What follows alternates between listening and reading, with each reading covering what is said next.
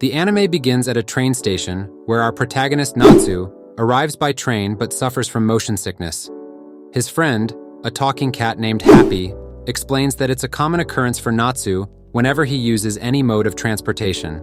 Meanwhile, a beautiful blonde girl named Lucy Heartfilia is looking for a magic shop. She's surprised to find only one in the entire city, because only 10% of the population uses magic. There, she finds the key to Nikora, the Canis miner, which costs 20,000 jewels. Lucy tries to lower the price using her charm, but she only manages to reduce it by 1,000 jewels, getting frustrated that her body is valued so little. Nearby, a crowd gathers around someone called Salamander, and Lucy goes to check it out, as do Natsu and Happy, hoping he might be Igneel.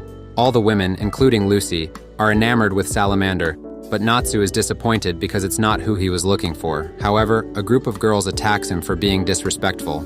Salamander offers him an autograph, but when Natsu declines, he's attacked again. Salamander then flies away, inviting the girls to a party on his ship. Lucy invites Natsu and Happy to lunch with her because, thanks to Natsu's interruption, she escaped Salamander's love spell.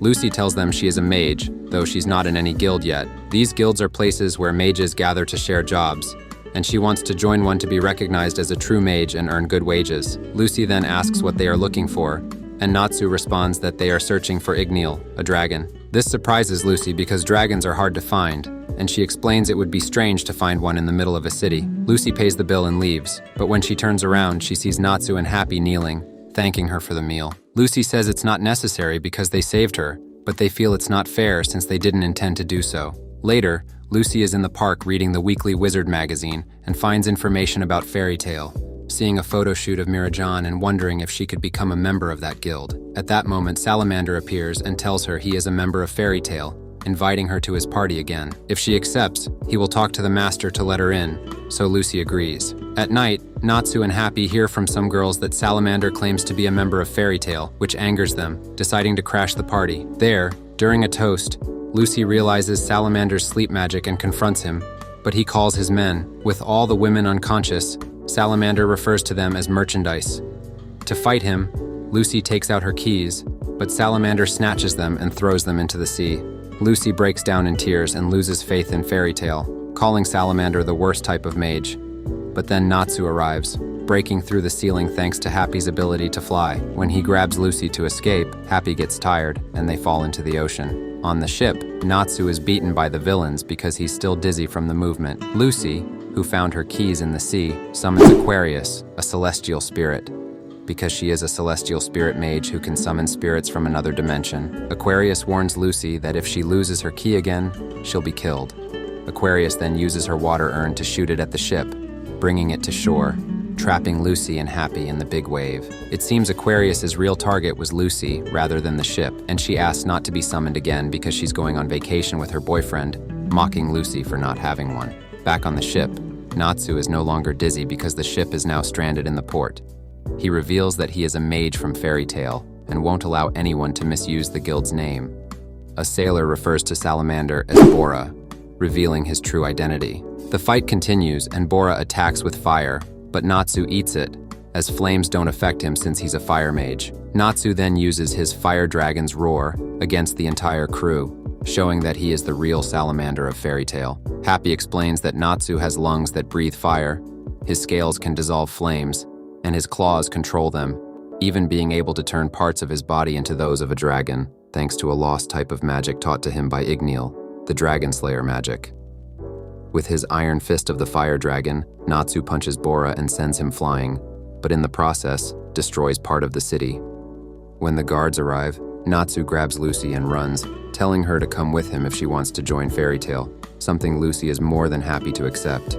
Meanwhile, at their headquarters in Era, the Magic Council discusses the destructive nature of Fairy Tail. Most agree that they are a bunch of idiots, except for Siagrain, who likes them. In any case, they conclude that despite being destructive and idiotic, they are strong and competent, so they allow them to continue for the moment. Returning to our protagonists, Natsu and Lucy arrive at the guild, kicking the door open and shouting.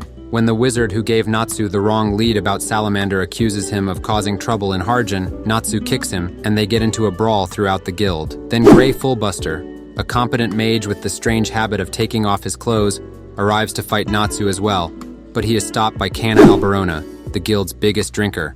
Elfman and Loke also join the fight as we meet Mirajan. Meanwhile, Lucy has a terrible first impression of the guild and thinks there isn't a single normal member. But suddenly, the fight is stopped by Makarov, the guild master, who uses Titan magic to crush Natsu. He then greets Lucy and proceeds to show them the council's reports on them, though he burns the reports and feeds them to Natsu, saying they shouldn't fear what the council thinks of them.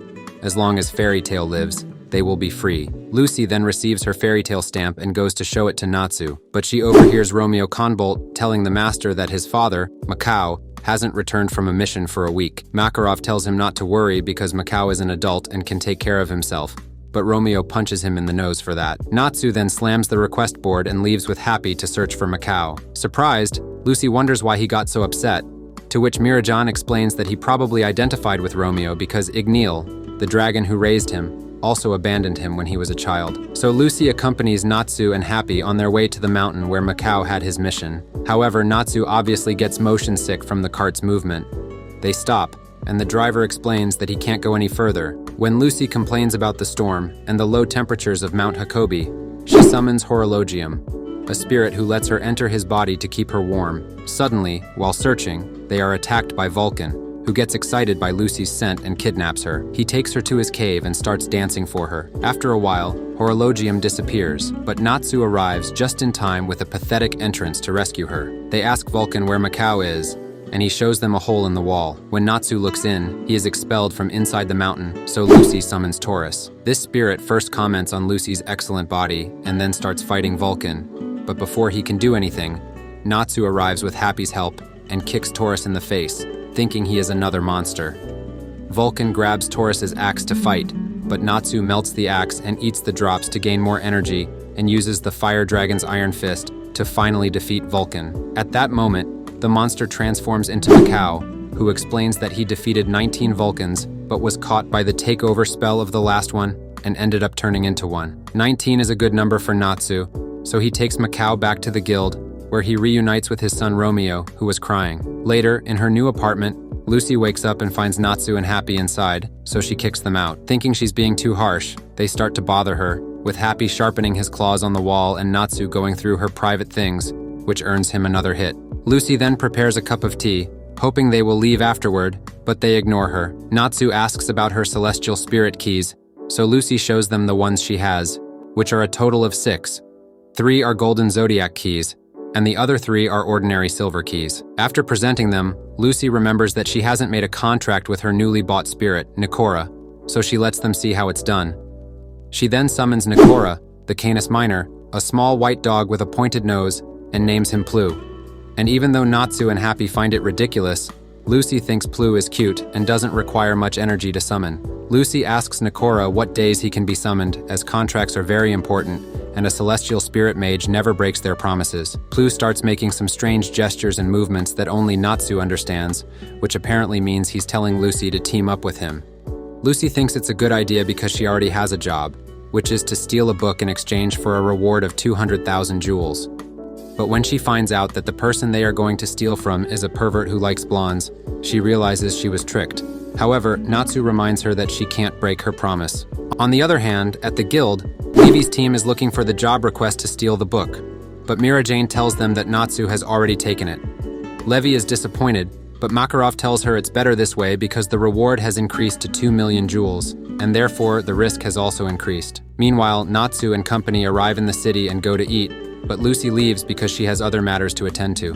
While Natsu and Happy eat, Lucy returns in a maid's uniform. Later, they go to the client, KB's house, who explains that Duke Everlew owns the book and wants it destroyed, as he can't allow it to exist. Lucy, dressed as a maid, goes to the mansion, and a giant maid comes out of the ground.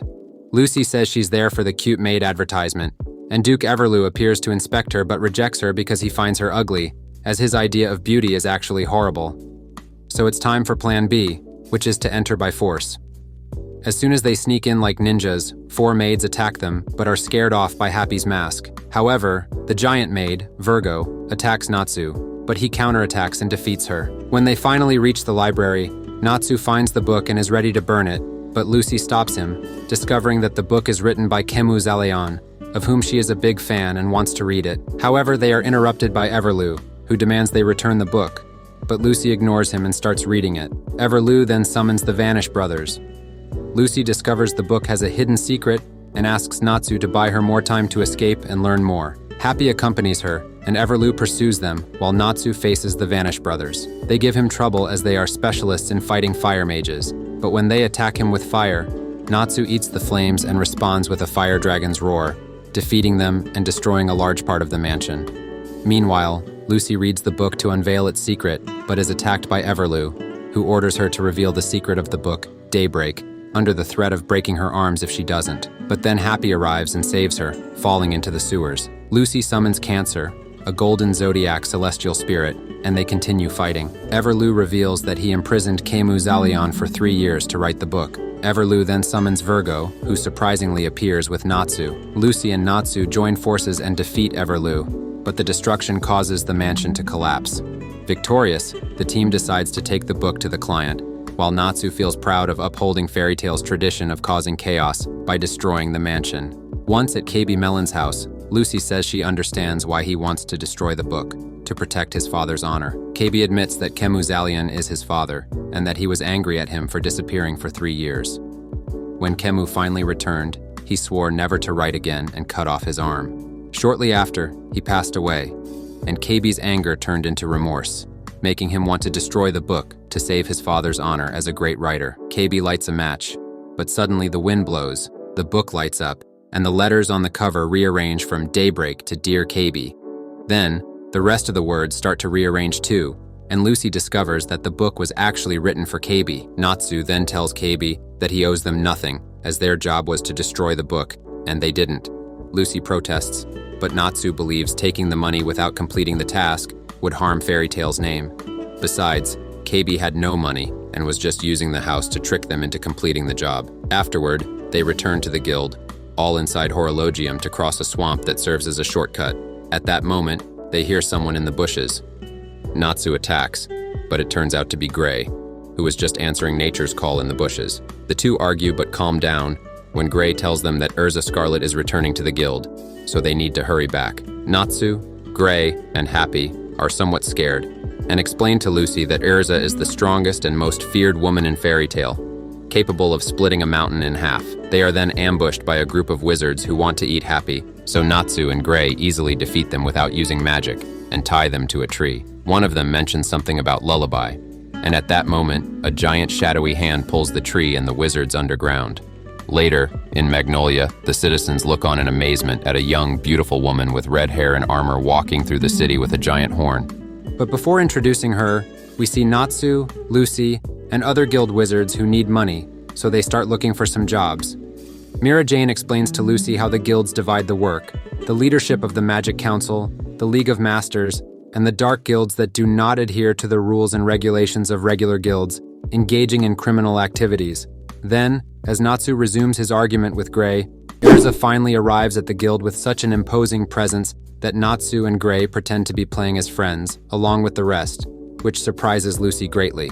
As soon as she arrives, Urza asks Natsu and Gray for help with her next mission, and they gladly accept. Mirajan also asks Lucy to join them to keep an eye on them, so she agrees. However, before boarding the train, Natsu sets a condition for Urza.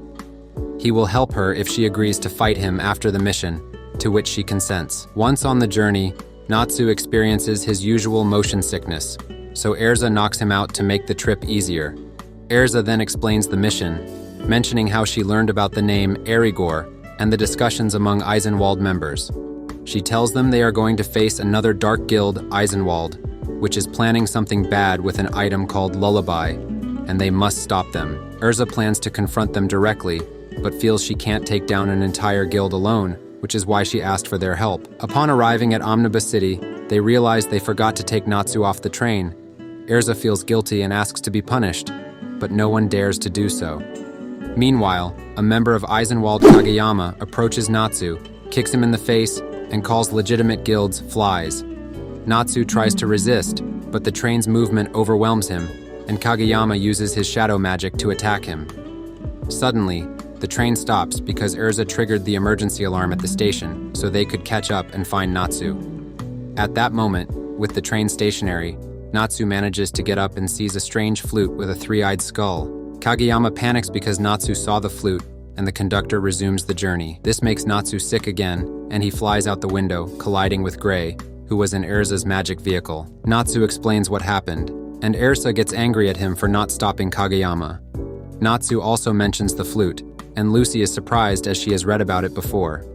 Lucy explains that it's the lullaby, a flute whose death song can take the life of anyone who hears it with a death curse. Meanwhile, at the next station, Kageyama forces the passengers to disembark, announcing that the train is now property of Eisenwald. He then presents Lullaby to his guild's ace, Aragorn, who begins the operation.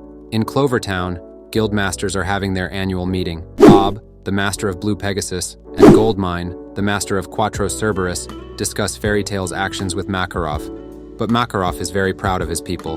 Then, a bird named Piichan arrives with a message for Makarov, containing a projection of Mirajan, informing him that Natsu, Gray, and Erza have teamed up. This terrifies Makarov, as he thinks that together they could even destroy an entire city. Back with Natsu and the team, they try to understand Eisenwald's actions, and Erza goes ahead to confront them directly. Meanwhile, Aragorn punishes Kageyama for allowing a fly to see Lullaby and then orders his men to teach the fairies a lesson at Oshibana Station. When the team arrives at the station, they find a crowd gathered. Erza demands answers from the officials and hits them for not meeting her expectations. As they enter the station, they see that the entire army has already been taken down. They then encounter Aragorn and his group, who explain their plan to Erza. Their plan is to broadcast the lullaby to punish everyone who hears it for the sin of not realizing that there are people who don't have the same rights and safety as those in dark guilds. Lucy assures them that this won't bring their rights back. But Aragorn isn't interested in rights. He wants power. Power to rewrite history and rule in the future. Kageyama attacks Lucy, but Natsu protects her despite his dizziness. Believing that they have already fallen into his trap, Aragorn leaves, so Erza orders Natsu and Gray to follow him. As they go, they are followed by Kageyama and Ryul. Meanwhile, Erza and Lucy stay to face the rest of the guild. Erza uses her Requip magic, Night type, and Lucy summons Cancer. Seeing that many are still standing, Erza switches to her Heaven's Wheel armor and uses her Circle Sword to finish off the remaining enemies. Erza then sends Lucy to help the boys and continues alone despite her exhaustion. Meanwhile, Natsu and Gray have separated. Gray enters the broadcasting room and is attacked by Ryul. Meanwhile, Erza goes outside to warn people to flee because they are in danger from dark magic. At that moment, she directly encounters Aragorn, who creates a wind wall to block any escape attempts. Inside, Ryul explains to Gray that it was always a trap for flies, and that their real target was the annual Guild Masters meeting. With the fairies out of the way and the Masters unaware of what's happening, he believes their plan will succeed. Angered, Gray freezes Ryul and asserts that there are guilds more fearsome and stronger than the Dark Ones. Simultaneously, Natsu is being chased by Kageyama, and Erza desperately tries to find a way out of the wind wall, interrogating the defeated Eisenwald mages, but getting nowhere. Then Gray arrives, informing her that the Dark Mage's real target is to eliminate the Guildmasters in Clovertown. Shocked, Erza orders Gray to find Kageyama, who can dispel the magic seals with his power. Meanwhile, Lucy and Happy get lost trying to find Karaka. Lucy suggests returning to the others, surprising Happy, who thinks it's brave to disobey Erza's orders and pities her for the consequences she will face. Scared, Lucy changes her mind, and they continue their search. Elsewhere, Natsu is destroying everything in his path, prompting Kageyama to reveal himself and challenge him, though Natsu easily defeats him. Erza and Gray then arrive and order Kageyama to destroy the wind wall. Initially, he refuses, but eventually agrees, only to be stabbed through the chest by Karaka, who had been assigned this task if necessary, though he regrets it. Natsu then hits Karaka for being a traitor and coward who attacks his own teammate. Meanwhile, Aragorn reaches the Clover Gorge and continues his journey, vowing that the Death God will purge the Masters. Back at the station, Natsu and Erza use all their strength to break through the wind wall, until Natsu remembers they can travel within the spirit world to move from one place to another. However, Lucy warns him that humans crossing into the spirit world is forbidden, and that only a celestial mage can open the gate. Happy then remembers what he wanted to tell Lucy earlier and gives her Virgo's key. Lucy thinks it's not a good time, but Happy reminds her that Virgo can dig holes underground for them to escape. Realizing the brilliance of the idea, Lucy apologizes and summons Virgo, who appears with a different appearance than last time, based on her master's preferences. They decide to leave the contract for later, and Virgo starts calling Lucy Princess. Virgo then begins digging the hole they use to escape, and Natsu decides to take Kageyama with them. Once they escape, the team notices that Natsu and Happy have flown off at top speed after Aragorn, catching up with him at the Clover Gorge. While traveling in Erza's magical vehicle, Kageyama wakes up and asks why they saved him since Aragorn doesn't care about anyone, and they can't even use him as leverage. Gray responds that if he wants to die, he just needs to ask, but they are not the ones to decide whether he lives or dies. Unfortunately, Erza begins to see blurry from the magical exhaustion and decides to trust that Natsu can defeat the enemy. Back at the gorge, Natsu and Aragorn start fighting. In the midst of the battle, Aragorn boasts about the origin and power of the flute. Aragorn brags about his wind power, but Natsu increases his fire magic and manages to defeat him just as his friends arrive. However, Kageyama appears and steals the flute to continue with their plan. When Kageyama reaches the hill and is ready to use the flute, he encounters Makarov reading. Kageyama tries to test it by asking Makarov if he could listen to a song. Just as he is about to play the flute, Lucy and Gray arrive and stop him. At the same time, Natsu arrives to attack but is stopped by Bob. Makarov tries to convince Kageyama to abandon his plan, talking to him about the importance of guilds and the friendships one forges there, and that playing that flute will lead him nowhere. Reflecting for a moment, Kageyama decides to desist and throws the flute to the ground. However, the flute reveals its true form, a wooden demon that destroys a mountain and attempts to devour any soul. Natsu, Gray, and Erza then join forces to confront and defeat it, turning Lullaby back into a flute that breaks forever. Everyone present is astonished by their great display of power and dubs them the strongest team. But when the smoke clears, they discover that the site of the Masters' meeting has been destroyed, and before anyone can reproach them, the fairy tale team quickly flees the scene. Meanwhile, back at the guild, since the team has not returned despite completing their mission, Alzak and Biska decide to search for them in a kind of desert. There, they find a footprint and draw a horrifying conclusion, so they return to the guild to inform the others that they believe the team might have ventured into Web Valley, a place said to be inescapable even for the most experienced hunters. This worries Mira Jane because the valley is a natural labyrinth. However, speaking of the devil, our mages, who were returning to Magnolia under Happy's enthusiastic leadership, got lost and were all starving. Then Happy discovers a crack in the ground filled with many flying fish, assuring everyone that they are a legendary delicacy. Unfortunately, they manage to catch only one, so the mages decide they should eat Happy himself. Suddenly, Happy eats the supposed delicacy alone, but it turns out to be terrible. Disappointed, they continue exploring until they stumble upon a village. However, upon reaching the main square, they notice something strange.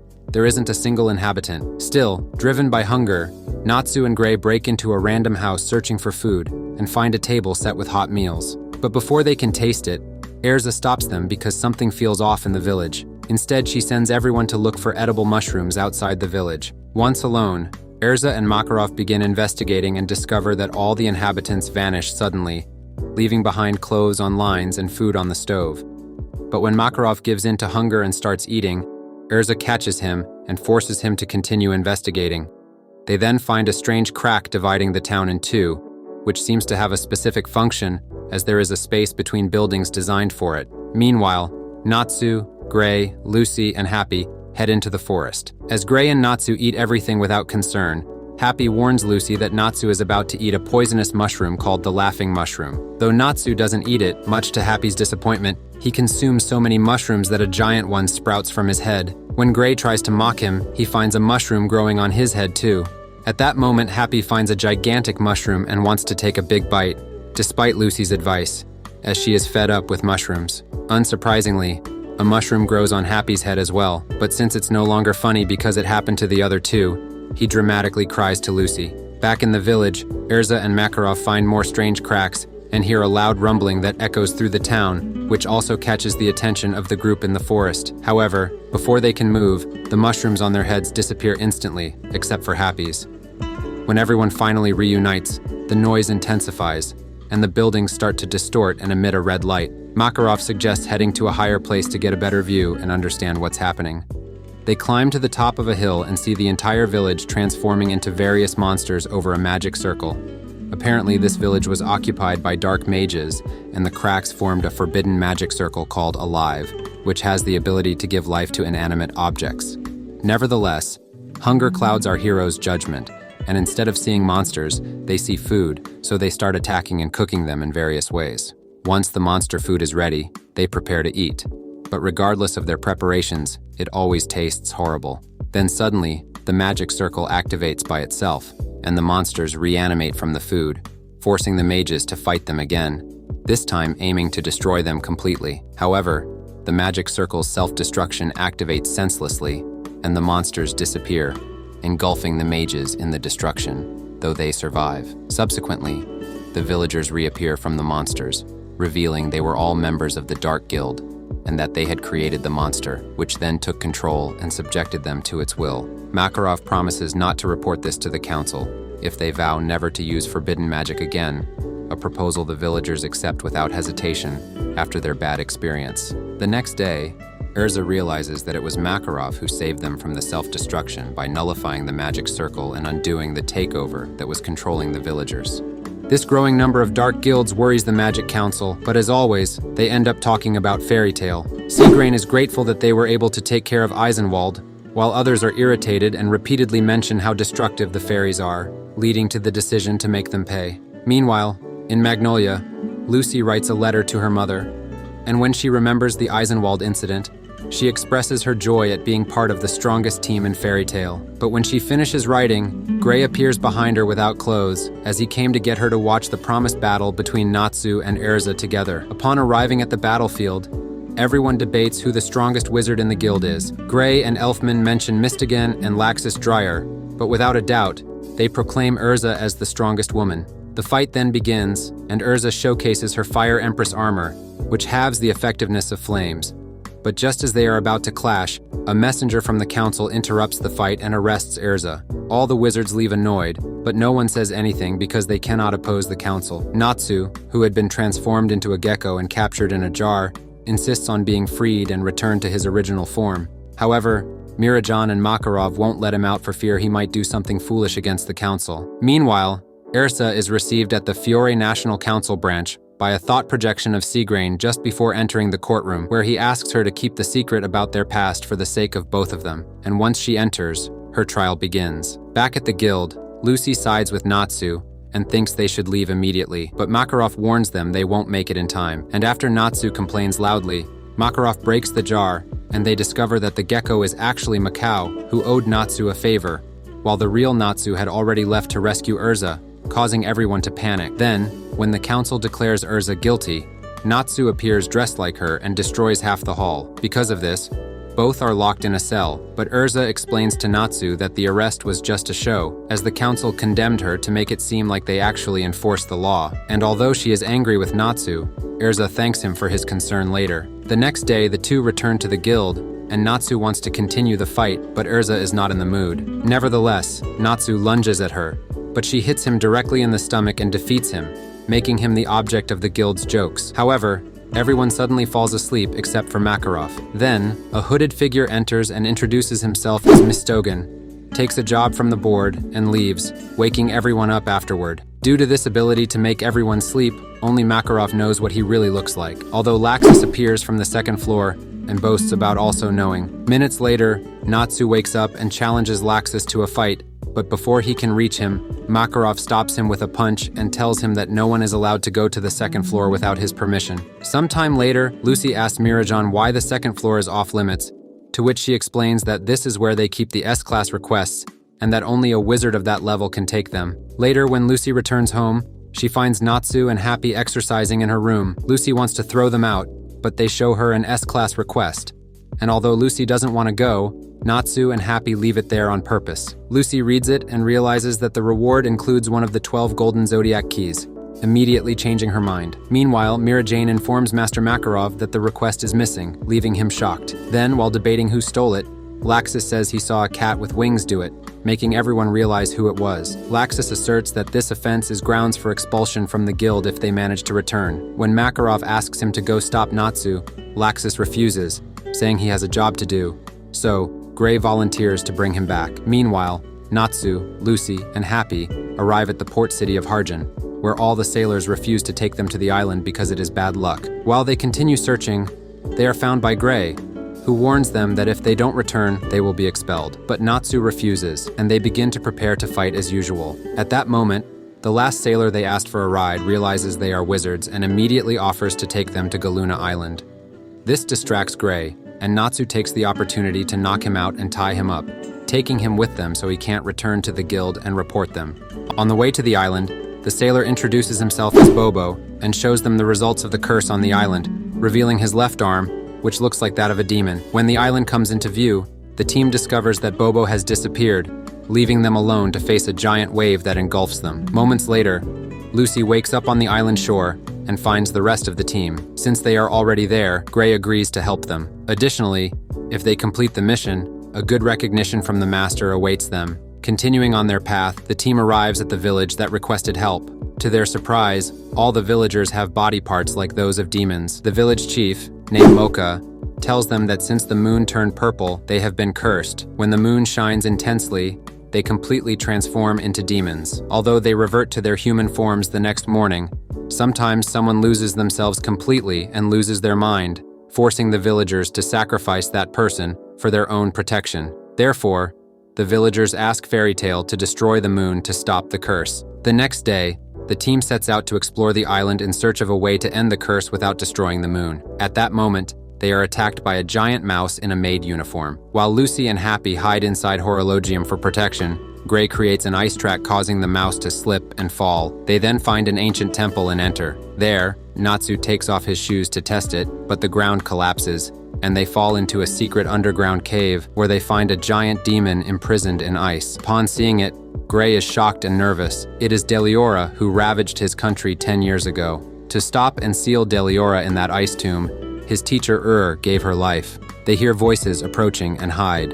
The group is composed of a boy with thick eyebrows and spiky blue hair, a cat man, and a young woman who says they must find and punish the intruders who hurt Angelica, the giant mouse from before. Happy creates a distraction noise to make them leave while Gray is angry and determined to prevent Deliora's release in honor of his teacher, Lucy speculates that perhaps the moon's curse and Deliora's presence are related, and Gray agrees, noting that the demon is indeed alive. When Natsu suggests defeating it, Gray gets furious and hits him, warning him to stay away from the demon, as no one can stop it if it's freed. Gray recalls that used the ice shell to freeze Deliora, a spell that never melts, resistant to all kinds of magic. As he wonders how it was brought to the island, Natsu and Lucy think they should interrogate the people they saw earlier, but Gray decides to wait there until the moon is at its peak, having heard one of them say they would soon be able to gather enough moonlight. So, they wait patiently until nightfall, a moment Gray uses to remember his training days with where she asked if he could endure her tough training, to which Gray responded he would do whatever it takes. Meanwhile, Lucy summons Lyra out of boredom.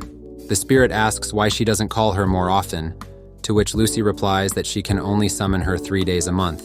Then Lyra sings a beautiful and sad song that calms everyone, but makes Gray cry, remembering his training with where he learned to make the ice make shield, an achievement that earned him a smile from Later, everyone wakes up from a tremor and sees light raining from the ceiling. When they climb to see what it is, they find a group of wizards chanting a spell to absorb the moonlight. Lyra explains that they are witnessing a spell called Moon Drip, an ancient magic used to nullify any magical effect, and they are using it to free Deliora. In the midst of it all, 4 mysterious figures appear and approach the ritual to discuss the intruders until they order the village to be destroyed. The 3 subordinates obey the order, and by one of their voices, Gray recognizes someone. But Natsu then bursts out of hiding, shouting and preparing to fight. As he goes for the leader, Gray gets ahead and attacks the masked figure with Ice Make, though he also defends himself with ice, confirming Gray's suspicion as he calls him Lion. They start arguing, and the subordinates retreat on Lion's order. When Natsu tries to follow them, Lion traps him in an ice cage. At that moment, on Gray's order, Happy and Lucy flee. Gray kicks Natsu down the mountain to get him out of Lion's magic range. The Ice Wizards then argue about legacy, until Lion accuses Gray of having killed their teacher. Underneath the mountain, Natsu futilely tries to melt the ice. Then, he wants to head towards the village, but finds it difficult to run. Suddenly, a pirate ship approaches. All its crew members are defeated, and Urza reveals herself as the culprit, ordering the captain to take her to Galuna Island to punish someone with an imprint that inspires sailors to pledge their allegiance to her wherever she goes. Meanwhile, back at the fight, Gray ends up being defeated by Lion. At that moment, he recalls a training session with where he was similarly defeated. Words of encouragement echo in Natsu's mind as he stands beside Gray, having climbed the mountain because he didn't know where the village was and found no one at the summit except Gray. Moved by this, Natsu lifts Gray and sets off to find Lucy. Meanwhile, Gray continues to reminisce about remembering how she forbade him from facing Deliora, and how her character reminds him of Natsu's when he undertook the S-Class mission. Gray now understands his teacher's words and tearfully apologizes to Natsu, realizing he had no right to reproach him. Nevertheless, Natsu tells him to stop because they are fairy tale mages who don't know the meaning of giving up and only know how to move forward. Meanwhile, Lucy and Happy arrive in the village and inform the villagers that Lion's team is responsible for their transformations. Lucy suggests confronting them, but they are outnumbered. However, Mocha arrives unconcerned about their enemies, demanding the moon be destroyed, though the villagers calm him down. Lucy then initiates her plan, summoning Virgo to set a trap. Happy doubts anyone would fall for it, but Lucy remains confident. Soon, someone approaches. Natsu. Despite seeing the trap, he continues walking and falls into it, stunning everyone that someone actually fell for it. In the process, Natsu manages to free himself from the ice trap. However, Lucy's hopes are dashed when Angelica appears flying overhead, carrying a substance revealed to be strong acid. Worse still, she has a whole bucket of this acidic jelly. Sherry convinces Angelica to drop the entire bucket, prompting Natsu to warn everyone to take cover. He and Happy fly towards them, using the bright dragon fire to divert the acid and save the people. Subsequently, the enemies draw near, and everyone prepares to fight. Gray also prepares, but Natsu knocks him out to let him rest from his injuries. The villagers evacuate, but Angelica and Sherry pursue them. Lucy grabs Angelica by the legs and tickles her, causing them to fall. Meanwhile, Natsu faces Toby and Yuka, who seem to have the advantage due to Yuka's wave magic that nullifies other magic. However, since it only nullifies magic, Natsu simply thrusts his arm inside and defeats Yuka with one blow. Next up is Toby, who uses paralyzing nails, but Natsu outsmarts him again, causing Toby to paralyze himself, concluding that he's an idiot. Elsewhere, inside the ruins, a masked figure questions Lion for not finishing off Gray, to which he replies he dislikes shedding blood, but acknowledges he must face Gray again without mercy. Returning outside, Lucy consoles a crying Sherry, who laments Lion's lack of love for her and Angelica's injury. Sherry creates a wooden doll, and Lucy summons Taurus, who destroys it in one strike. However, the celestial wizards are at a disadvantage against Sherry, who can also control celestial spirits. She forces Taurus to switch sides and attack Lucy. Taurus apologizes, feeling ashamed but unable to control himself. When Sherry orders Taurus to attack Lucy, Lucy reminds him of the day they made their contract, helping him regain some control through sheer willpower and pushing her magical powers to the limit. Lucy manages to close Taurus's gate and return him to his dimension. She then brandishes her whip to confront Sherry head-on and secure victory. However, Sherry summons Angelica for revenge. Just when it seemed Lucy was defeated, Erza arrives in the nick of time to save her. Lucy tries to play dumb with her, but it doesn't work. Erza also captures Happy and then threatens Lucy with her sword, declaring she hasn't come for a mission, but to punish them for their transgression, accusing them of betraying the master as well. The next morning, Gray wakes up and learns about the destruction of the village. When he goes to Lucy, he encounters Erza and receives a scolding from her. When Erza orders him to find Natsu and leave, Gray mentions the state of the village, but Erza brushes it off. Gray persists, but Erza remains stubborn. When Gray remarks that he misjudged her, Erza responds by summoning her sword in a threatening manner, warning that if he breaks guild rules, he won't get away with it. Similarly, Gray reaffirms that this is the path he has chosen, and leaves. Erza then decides to finally assist them, but maintains her stern stance. On the other hand, Toby and Lion talk about the fairies when Zalti joins them, announcing Erza's arrival and that the ritual must be completed that very night. But while they talk, the ground explodes because of Natsu, preventing the light from falling on Deliora. Natsu confronts Lion, but Zalti interrupts them. However, Lion considers his rival not a problem and reveals his plan to defeat Deliora, believing it to be the only way to defeat Then Natsu asks why he doesn't just fight to which Lion responds that it's because she is dead because of Gray. But Natsu doesn't care about the past. He cares about the people who suffer because of it, adding that he will open Lion's eyes with his flames.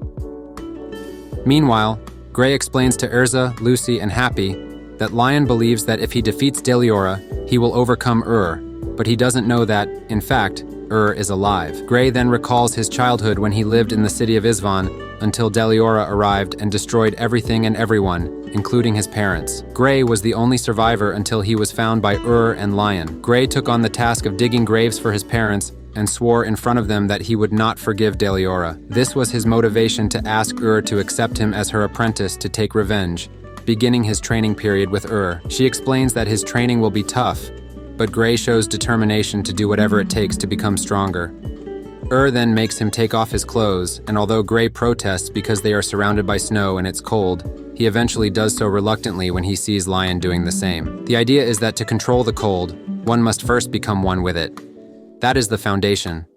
Thus, the three of them run through the mountain, and teaches that creation magic is a free magic with unlimited changes, and anyone who wants to be strong should dedicate themselves to it and find their own way. Later, when they go to the city to buy food, the shopkeeper advises to think about her own happiness and that having 2 children with her only scares men away. While she does the shopping, Lion tells his new friend that his dream is to defeat their master someday. He also tells Gray that took him under her wing because he was enveloped in darkness, which is normal for someone who had Gray's past. But Lion adds that will help him seal that darkness, though Gray replies that he can drive away that darkness himself by defeating Deliora, declaring that once he gains the power to do so, he will leave the Ice Queen, which earns him a punch on the head from Later, while returning home, Gray asks when she will teach him some powerful spell, and although replies that she already has, Gray thinks that magic is not powerful enough and won't work against that monster. Then turns seriously and asks Gray to look her in the eyes, telling him that creation magic is free magic, and that once he finds his own style and form of creation magic, he can be as strong as he wants. Still, Gray doesn't fully believe her and takes off his clothes without realizing it.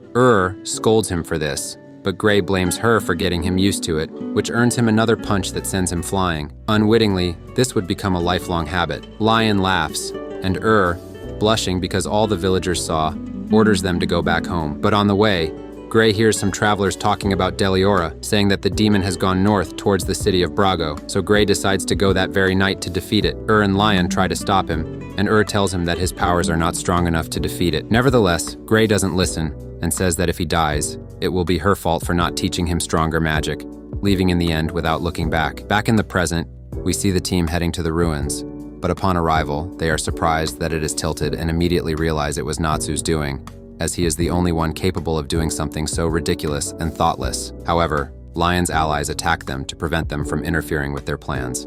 So Urza, Lucy, and Happy stay to face them so that Gray can move forward and stop Lion. As he heads to the temple, Gray recalls that fateful night when was fighting Deliora, not imagining the beast's incredibly high level of magical power that left her without energy. Next to her, Gray and Lion lay unconscious. When Gray wakes up, calms him down, asking him to take Lion and flee, as she could not protect them while fighting. When Gray asks why she came to save him despite being expelled for disobeying orders, responds that watching her students grow day by day is all the happiness she has, and she will not let it go. Moreover, if Deliora is the cause of Gray's darkness, then she has more reasons to face it. At that moment, Gray realizes that is missing a leg, which she replaced with ice. Then Lion wakes up, asking his master if she will fight seriously, noting that she is the strongest mage, and it is impossible for her not to defeat such a simple monster. However, stops him and reminds him that there are many mages much stronger than her, for example, in the West. Still, Lion doesn't listen because he wants to keep thinking she is the strongest of all, which is why he wanted to be her apprentice. But seeing that his master was not fighting seriously, Lion decides to take on Deliora himself, using the ice shell technique, also known as ice make, ice shell. However, what Lion didn't know, because he hadn't finished reading the entire book, was that this sealing spell turns the user's body into ice to seal their opponent for all eternity. So freezes Lion in the middle of the spell and saves his life. However, seeing that it was the only way to defeat Deliora, she decides to do the same. Gray begs her in tears not to do it, but continues, and as she turns into ice, she asks Gray to tell Lion that she died so that he can forge his own path to the future, which would be impossible if he knew she was still alive in the ice coffin. Before disappearing completely, she asks Gray not to be sad, as she will live eternally in the ice. Then she smiles at him and turns away, saying her final words to Gray, "The darkness in your heart, I will seal it." Finally, the next day, Lion wakes up to see Gray crying, and Deliora frozen. When he asks about Gray tearfully responds that she passed away. Lion refuses to believe it and reacts furiously, arguing about what will happen to his dream of surpassing However, Gray can only apologize, but for Lion, apologizing makes no sense, thinking that if it weren't for him, would still be alive, affirming for the first time that Gray killed As the memories end, we see the fight between Natsu and Lion continuing. When both decide to fight seriously and finish the battle, the ice around them cracks, and Gray appears, telling Natsu that he will take care of Lion, and telling Lion that even though Ur's death was his fault, he cannot forgive him for hurting his friends and the townspeople. Thus, Gray adopts the ice shell position, and although Lion is surprised, he challenges Gray to use it, thinking he doesn't have the courage to die. However, Gray says goodbye to his friends and the guild, considering it the only way to end everything he started 10 years ago. Just as he is about to cast the spell, Natsu punches him in the face, dissipating the spell. The two start arguing about who will face Lion. Gray insists he is the best option, but Natsu convinces him otherwise, as that would be equivalent to running away from his fight. In the midst of this, the temple begins to shake. Meanwhile, outside, Ursa, Lucy, and Happy fight against the priests to prevent them from performing the ritual. The tremor seems to be a consequence of the tilt of the ruins caused by Natsu, which annoys him as it now makes it likely for the light to fall on Deliora. At that moment, Zalti arrives and says it was his doing, announcing that everything is now ready for the ceremony. Enraged, Natsu goes after Zalti,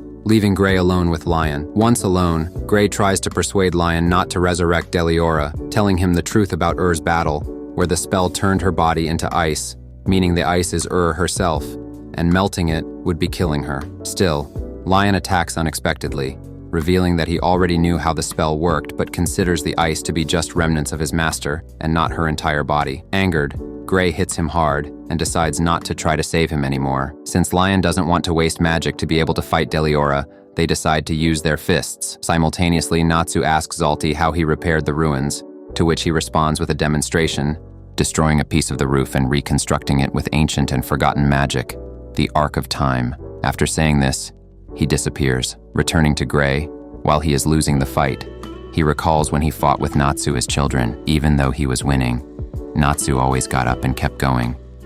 This gives him the courage to stand up and resist with determination, turning the tide of the fight. Meanwhile, Lucy and Erza realize that although their enemies are many, their magic is weak and can be easily defeated. So, Erza asks Lucy to take care of them, summoning Cancer, who immediately flirts with Erza with a bouquet of flowers and defeats all the monks. Then Lion gets up, humiliated, and breaks his promise to fight with fists, to use his ice magic against Gray, although it has no effect. They talk again, and Lion warns that he is worried because Zalti will likely manage to free Deliora, to which Natsu responds that he shouldn't underestimate him. Speaking of them, Zalti reaches the ice tomb, but Natsu catches up and attacks him, having tracked him by his sense of smell that detected his perfume. Suddenly, the moonlight begins to fall on Deliora because of Toby. Despite its weak effect, having gathered so much moonlight, it was enough to start melting the ice. Because of this, Natsu tries to stop it, but Zalti throws a piece of the roof at him to prevent it. Simultaneously, the defeated monks remove their masks to speak with Lucy, asking them not to interfere with Raite's plans, referring to Gray. This makes them realize that these people are inhabitants of Brago, the city destroyed by Deliora. In the midst of the fight, Zalti warns Natsu that his fire can melt the ice coffin, but Natsu ignores him and continues attacking with fire because it's the fastest way to defeat him, and then go after Toby to stop the ceremony. As the temple trembles, Lion tells Gray how he planned everything. It turns out that after Ur's death, he spent 10 years gathering allies and knowledge until he found Galuna Island to free Deliora. He then relocated them from Brago to this island 3 years ago, where he had been gathering a lot of magical power from the moon. Gray thinks this is foolish, but Lion finds it even more foolish to spend 10 years in a mage guild. Gray counters this by reminding him that said there were many mages stronger than her in the western countries, which led Gray to find Fairy Tail. He recalls his first day in the guild when he spoke with Master Makarov about the possibility of reversing the ice shell, only to be told that while there was an option, melting the ice would be like killing Finally, Lion decides on a new goal. If he can no longer surpass because she's not alive, the only way to surpass her is by defeating the demon she could never defeat. Although Gray thinks it's a good ambition, he doesn't believe it's the best way to surpass their master, and he even thinks it's something Lion would never achieve. After finishing his speech, he attacks, but it turns out to be an ice clone. Lion appears behind Gray for a surprise attack with an ice tiger, but Gray dodges and traps the tiger in a cage, comparing it to Lion, telling him he is a caged beast who knows nothing. Lion tries to make the tiger break the cage, but it can't because creations made with one hand don't have the stability of those made with both hands, as taught them. Gray then creates an ice cannon and fires an ice bullet that finally defeats Lion. However, at that moment, a drop falls and an ear-splitting roar is heard. Deliora has broken free from the ice and has been resurrected. Gray prepares to use the iced shell to imprison it once more. However, Erza supposes that the moon drip is still ongoing and therefore, Deliora hasn't been completely freed. She heads towards the ruins to interrupt the ceremony. Meanwhile, Natsu is unable to break the sphere that Zalti is controlling telekinetically and which is driving him crazy. Apparently, Zalti seeks to free Deliora to control it, confident that Lion wouldn't be able to defeat it. Zalti then causes the roof to collapse, but Natsu punches him, knocking him out. Similarly, Erza defeats Toby at the top of the temple, but it's too late, and Deliora is completely free. Gray and Natsu also want to stop Deliora, but a defeated Lion insists that he will do it. Lion then recalls the first time he saw and when she scolded him for asking why she accepted Gray as a student. Motivated, Lion stands up again, but Gray knocks him out because he wants to defeat Deliora on his own. However, Natsu gets ahead and hits the demon with his Fire Dragon's Iron Fist. As he does so, Deliora falls to pieces. Natsu then explains that it wasn't thanks to him, but that ice had been weakening Deliora's strength little by little over all those years, and what they saw was just the remains of him. Because of this, Natsu affirms that was amazing, while Gray cries in gratitude, remembering that she vowed to seal his darkness, and Lucy encourages him by saying that now lives as part of the world's oceans, watching over her apprentices. Now, Natsu, Happy, and Lucy celebrate completing their first S-Class mission, but Erza reminds them that the destruction of Deliora wasn't the request, but rather the moon's destruction. With the fight over, it's time to heal the villagers, although they don't know how to do it, nor does Lion,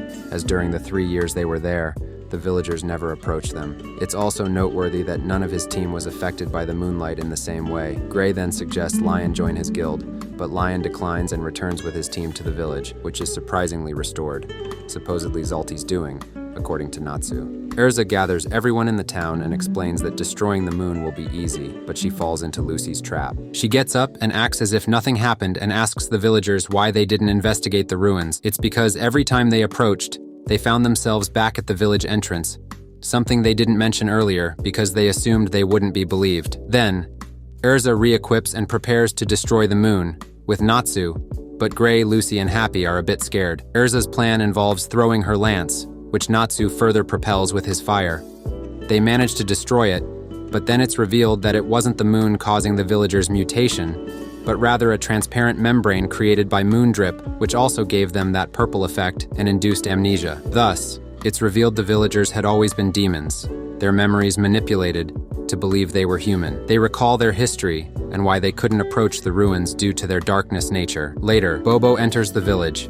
Everyone rejoices at his survival, spreading his wings and dancing in the night sky like angels. They decide to hold a celebration, with everyone happily participating, demonstrating they can now revert to their original human appearances. Yuka and Sherry descend from the mountains, initially seeming ready to fight, but instead reminisce about their painful days and Lion's motivations. Erza quickly disarms them, and they explain they've come to face their punishment. However, Natsu forgives them immediately and invites them to the party. Meanwhile, from the shadows, Zalti watches everything, using his orb to communicate with Siegran and revealing his true identity, Ultir Makovich. The next day, Lucy sees Gray's scar and laments that it will be permanent, though Gray is content with it. As they prepare to leave, Erza notes that since their mission wasn't official, they can't accept the money, but out of respect for their new friendship, allows Lucy to keep the key. Thus, the team departs on the boat Erza had commandeered, bidding farewell to the villagers who invite them to visit again anytime. Meanwhile, Lion and his group watch from afar, and following Gray's advice, Lion suggests to Sherry that joining a guild could be fun. On another front, Ultir meets with Sigrin and Era, both disappointed by Deliora's death. Ultir reveals she is Ur's believed dead daughter, showing disdain for her mother, but admiration for her magic. They also gained a positive impression of Natsu, and Siegran believes he must become stronger to fulfill his plans, worthy of being Ignil's son. Finally, Natsu and the others return to the guild, worried about their reward. Worse, Erza reminds them they still face punishment. They fear that, prompting Natsu to attempt escape. Lucy, in her ignorance, asks what that is, only to receive fearful responses. Arriving at the guild, Erza inquires about the master, who is handling their punishment, but learns he's away on council business. This delights everyone as it postpones their dreaded punishment, though Lucy's curiosity drives her wild, imagining the worst. Natsu takes advantage to check the request board, finding one offering 500,000 jewels for translating an ancient text. Locke arrives and asks about their Galuna Island trip, fleeing when Lucy appears, only for Urza to knock him down with a single blow. She then confronts Natsu, warning him to stop goofing off and prepare for their punishment. However, the fire mage remains unconcerned, reading the new request aloud, causing those around him to suddenly emit a glowing light from their bodies. When the glow fades, everything seems to stay normal at first, but soon things begin to change. Gray starts feeling cold. Despite being an ice mage, Lucy begins to feel a heavy weight on her chest that causes her back pain. And as for Natsu, he first looks at Lucy, and then runs energetically out of the guild. Locke, on the other hand, wakes up and wonders what happened. Urza also starts acting strange and looks for Natsu to show him her breasts. As for Happy, he tries to quiet the guild with his not-so-imposing figure. It is at this moment that Happy realizes what is happening and tries to explain to the others that it is actually Urza, because apparently, reading the words of the request caused a body swap. The result is that Natsu has switched with Locke, Gray with Lucy, and Urza with Happy. This misfortune horrifies the affected mages. Just then, Master Makarov arrives and explains to everyone that by reading the request, they activated the forbidden magic changeling, which not only swaps their bodies but also their magic. Meanwhile, Locke, in Natsu's body, stops to rest after having run quite far from the guild because he notices a great heat emanating from him. However, all this worry disappears when he sees two pretty girls, but when he tries to flirt with them, the girls run away horrified because he was unknowingly spitting fire. Back at the guild, Makarov reveals that if they don't undo the spell within half an hour, it will become irreversible, causing everyone to panic since some time has already passed and they only have 14 minutes left. Amid the desperation, Gray, who maintains his habit of nudism, tries to undress in Lucy's body, but the real Lucy doesn't allow it, despite Macau, Wakaba, and Elfman encouraging him to do so. Seeing this, Happy also gets excited and wants to play with his body, trying to re-equip, but ends up changing his clothes to a swimsuit. Meanwhile, Natsu also tries to use Loke's magic, but can't feel its magical power. At that moment, Loke returns, extremely worried because he can't stop emanating fire from his mouth. To everyone's surprise, Urza also feels like trying out her new body, so she starts flying around the guild. Seeing all this, Lucy sighs, accidentally making ice come out of her mouth. Suddenly, Levi arrives at the guild, bringing hope and proposing to reverse the spell. With the help of some books, Levi begins to decipher the ancient writing of the request. While she works, the affected mages can only wait and imagine the horrible consequences that await them if they remain this way, as now they can't even control their powers and have become the weakest team in the guild. Moments later, Levi finishes deciphering the message and tells them not to worry, as the text says that by swapping bodies they will achieve eternal happiness. Of course, no one accepts this, and they force her to keep investigating. The countdown continues to shrink, and Levi seems to have no results. On top of that, with only a minute left, Makarov clarifies that the reversions must be done one pair at a time, not all at once. This leads to arguments over who will be the first pair. At that moment, Levi finds the solution and proceeds to reverse the spell without further ado. Upon reversing Changeling, Gray and Lucy realize they are back in their original bodies and thank Levi, who explains that they just had to read the spell backward. However, the others are still not cured, and to make matters worse, they realize that now all the mages in the guild have also swapped bodies. But of course, this is filler and never gets resolved, so let's continue. Natsu and Happy take Lucy fishing to inspire her for her book, as she has been stuck lately. Plus, Happy takes the opportunity to enjoy his favorite food, fish. After a while, Natsu manages to catch a huge fish. Meanwhile, not far from there, Ritas enjoys painting the trio. Happy then starts dancing joyfully because of the freshly caught fish, but this joy is cut short when he sees Natsu grilling the fish with his fire. Happy complains because he prefers raw fish, but Natsu ignores him and eats the fish by himself. Feeling betrayed, Happy runs away crying, declaring that their friendship is over. Lucy asks Natsu to apologize, but when he doesn't listen, she provokes him by saying no woman will ever want him if he continues with that attitude. This only angers Natsu more, causing him to leave Lucy alone. Later, Lucy returns to the guild and goes to the basement library, where she finds Mirajan and tells her what happened. Mirajan explains that this childish behavior is part of his charm, but hearing this, Lucy is surprised and falls off the ladder she was on, dropping all the books she was holding. From one of them, an old photo falls out, in which Lucy recognizes her guildmates as children and teenagers, though she doesn't recognize the dragon Natsu is riding. Mirajan then tells her it is Happy, and proceeds to tell her the complete story of Happy in the photograph. It all began 6 years ago when Natsu wanted to become stronger to defeat Gray and Erza, training in the forest by hitting a tree.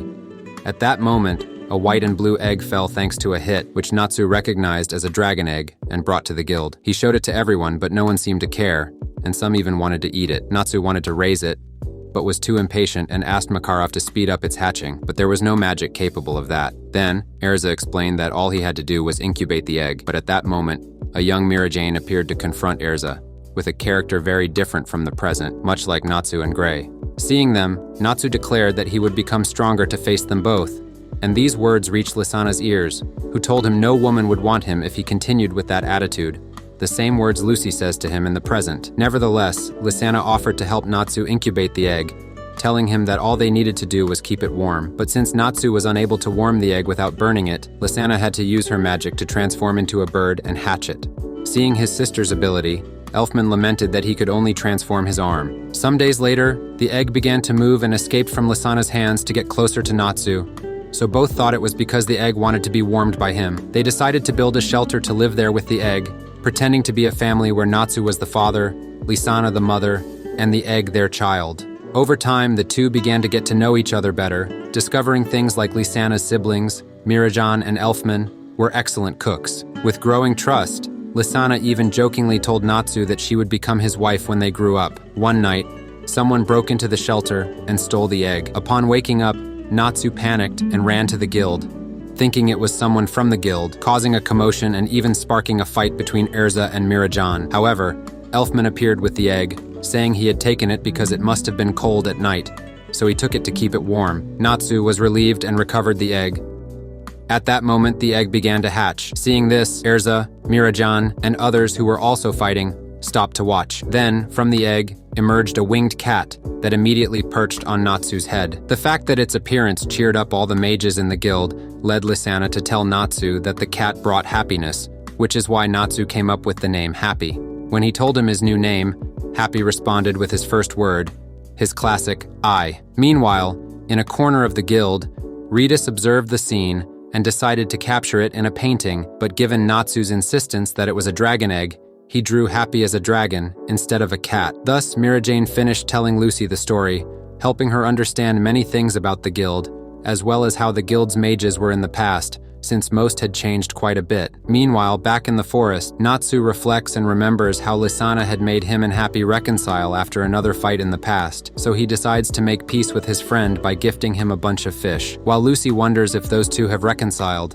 another question comes to her mind. Who is Lisana and why isn't she in the guild? Later on, returning from a mission in which everyone is in a very good mood because everything went well, Lucy asks the rest why they came, since the mission was hers. Natsu responds that it's because they are the strongest team, although he forgets to mention Lucy in the list of the team, and she gets angry. Upon arriving in Magnolia, the residents are whispering that perhaps they are not aware of what happened, and when they finally get to the guild, they find it pierced with metal bars. Mirajane reveals that it was the work of the Phantom Lord Guild and takes them to the basement, to the storage room that is now used as the main hall, where Natsu asks the master why they don't take revenge on Phantom Lord, something Erza agrees with, but Makarov rejects. Mirajane says the attack occurred in the middle of the night, so no one was injured, which is why Makarov highlights that they are even more insignificant than he thought. Nevertheless, Natsu is not convinced, but Mirajane comments that they are not counterattacking because a guild war is totally forbidden by the council. Later, when Lucy returns home, she finds the whole team there,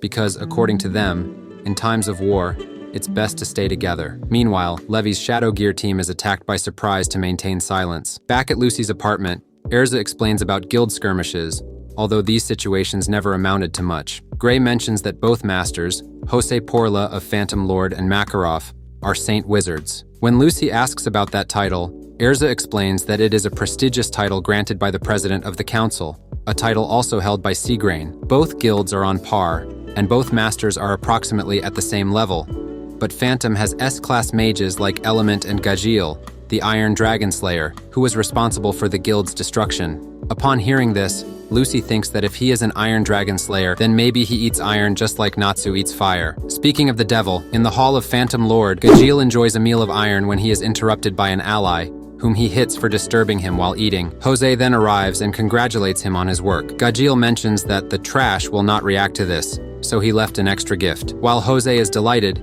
He reminds him to keep that person alive. The next morning, the fairy tale mages find Levi, Jet, and Droy of the Shadow Gear team chained to a tree and brutally beaten, bearing Phantom's mark. Furious at this, Makarov declares war on Phantom Lord. Lucy stays to tend to the injured, remembering the first time she met Levi, instantly becoming friends to the point where she promised to be the first to read her novel. With tears on her cheeks, Lucy vows not to forgive the culprits. Afterward, the fairies arrive at Phantom Lord and make a grand entrance by blowing up the door, officially starting the battle, with Natsu, Erza, Gray, Elfman, Loke, Kana, Happy, and Makarov at the forefront. Immediately, Makarov leaves his team to face Jose. Meanwhile, Lucy is on her way home when it starts to rain. Then Juvia and Monsieur Sol appear to kidnap her in a water bubble. Returning to the guild battle, Gajil makes his appearance with Nab as his initial target. Despite Elfman confronting him, Natsu intervenes against Elfman's objections to take on Gajil himself. Fueled by anger, they engage fiercely. At that moment, the ground begins to shake. It's Master Makarov, who has become giant-sized in his battle against Jose.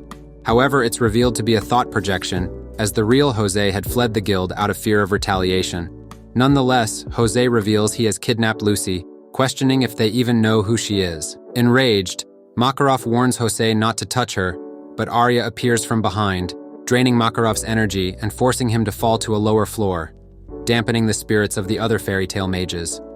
With the odds against them, Erza orders a retreat, reluctantly convincing everyone to leave. Outside, Natsu overhears Gajil and Arya discussing Lucy's kidnapping. When they refuse to disclose more, Natsu engulfs them in flames until he gets the information he needs to rush to Lucy's aid. Meanwhile, Porlyusica becomes angry with Makarov and slaps him, sending Alzak and Biska home. Porlyusica deduces Makarov's magic power was drained by the Drain magic, warning that recovery will be slow without its restoration. Biska relays this to the others, but Porlyusica gets angry again upon seeing them all, as she despises the smell of humans. She then warns Makarov not to continue fighting or risk death. As the remaining mages reluctantly withdraw, Lucy breaks down in tears, blaming herself for everything and decides to leave the guild. However, Natsu encourages her to stay, giving her strength. Suddenly, the fairy tale members spot Phantom Lord's moving castle approaching. Jose, desperate to retrieve Lucy, fires a deadly cannon which Erza intercepts. Despite this, he prepares to fire again after a 15-minute recharge delay. In the meantime, Jose sends many mages to attack the guild, sparking a new battle. Mira Jane advises Lucy to hide, but Lucy refuses and is put to sleep and protected by Ritus. Natsu, unable to find a way to stop the cannon, infiltrates it and encounters a lacrima that Happy insists he must destroy. He faces Totemaru in battle, who controls fire magic and is immune to Natsu's attacks. Despite this, Natsu persists and eventually overwhelms Totemaru, using his intense flames of emotion, destroying the lacrima and rendering the cannon useless. His victory inspires the others to fight harder and counterattack. Suddenly, as Phantom Lord's mages begin to retreat, the guild undergoes a transformation. The towers become legs, forming a giant robot. This transformation allows the guild to move, causing Natsu to feel dizzy. Jose advises Fairy Tail to surrender, but Gray arrives to save Natsu, freezing Totemaru and sending him flying with Elfman's help. Outside the giant robot castle, a magical circle called Abyss Break is completing.